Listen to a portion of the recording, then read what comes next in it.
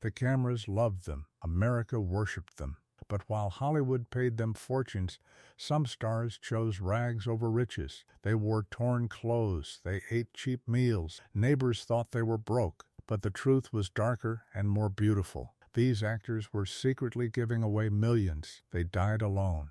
They died poor. And the world never knew their sacrifice until it was too late. Number 15. Harry Langdon.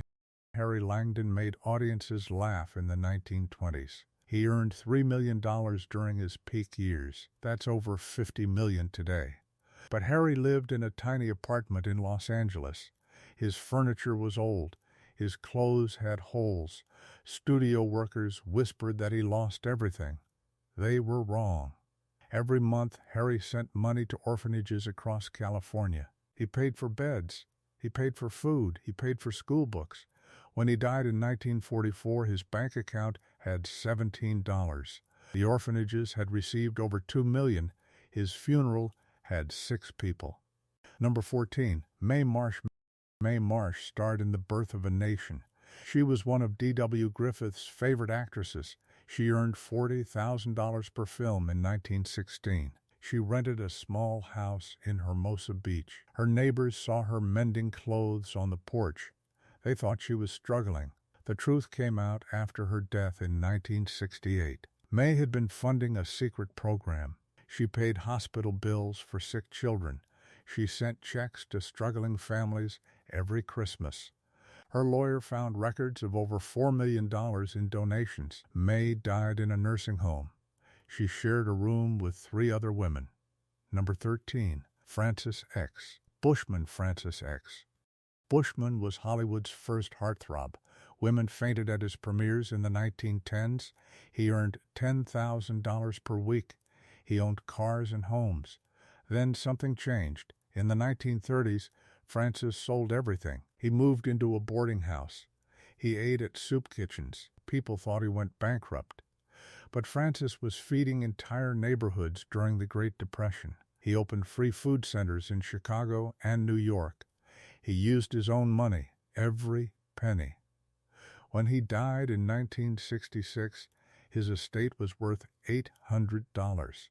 The food centers had served over 2 million meals. Number 12. Zosu Pitts. Zosu Pitts was everywhere in the 1930s. She made over 200 films. She earned $3,000 per week. But Zosu lived like a church mouse. She wore the same dress to every premiere. She cut her own hair. Reporters mocked her. They called her cheap.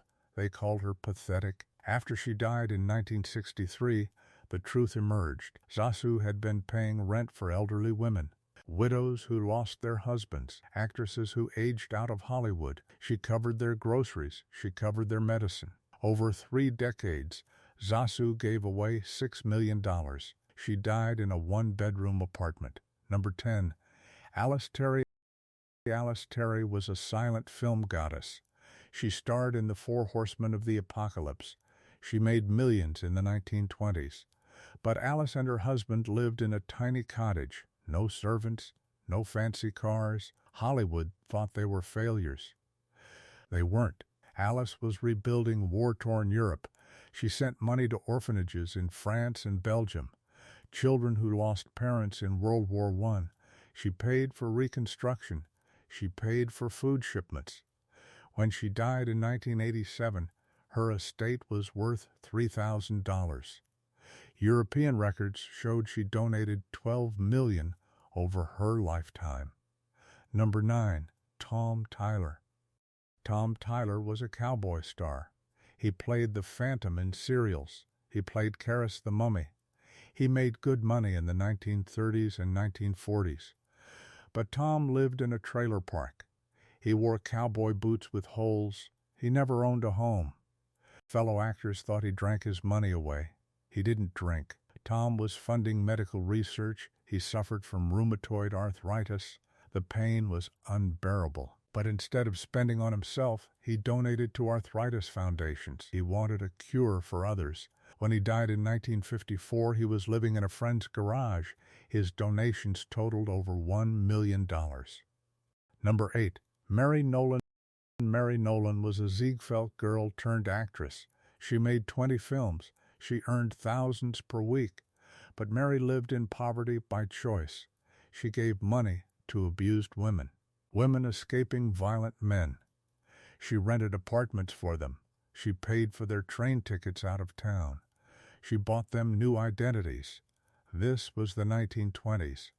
There were no shelters, no help. When she died in 1948, she was penniless. Her record showed she helped over 300 women escape.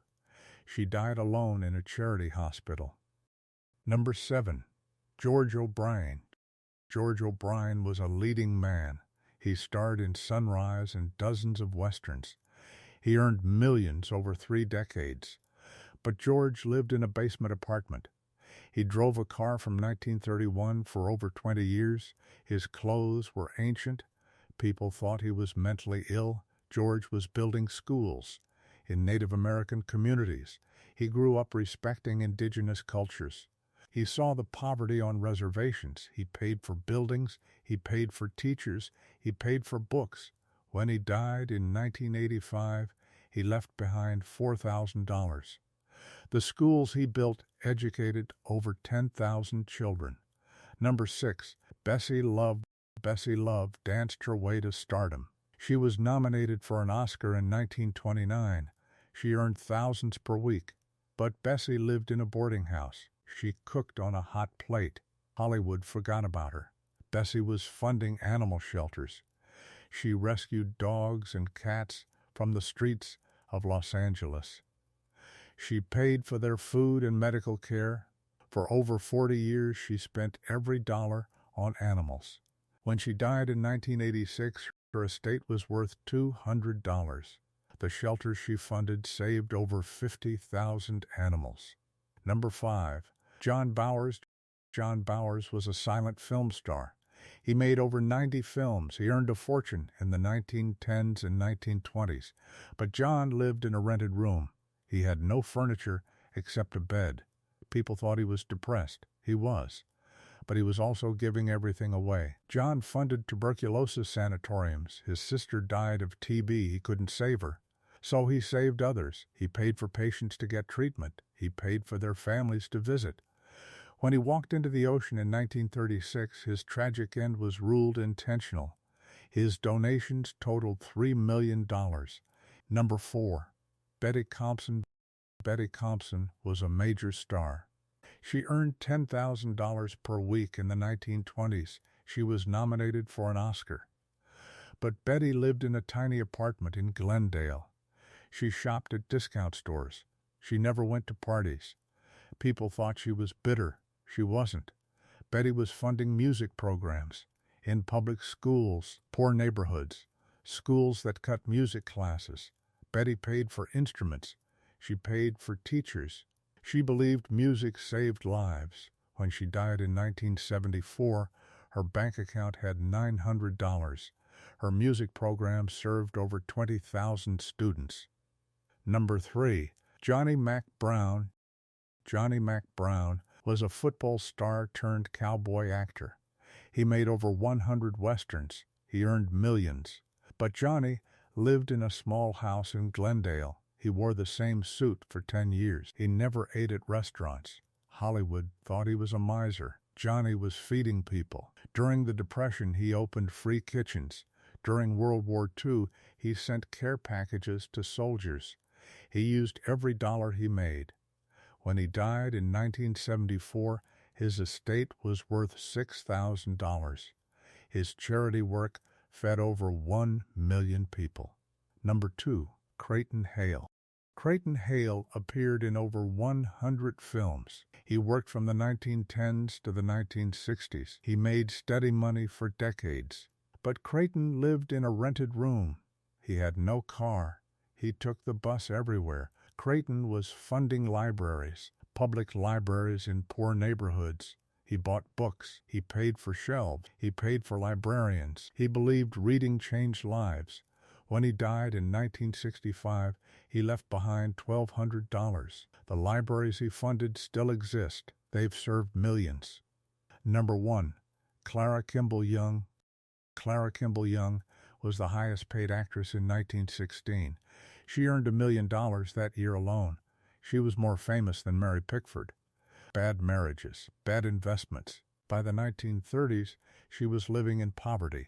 Real poverty. She worked as a movie extra.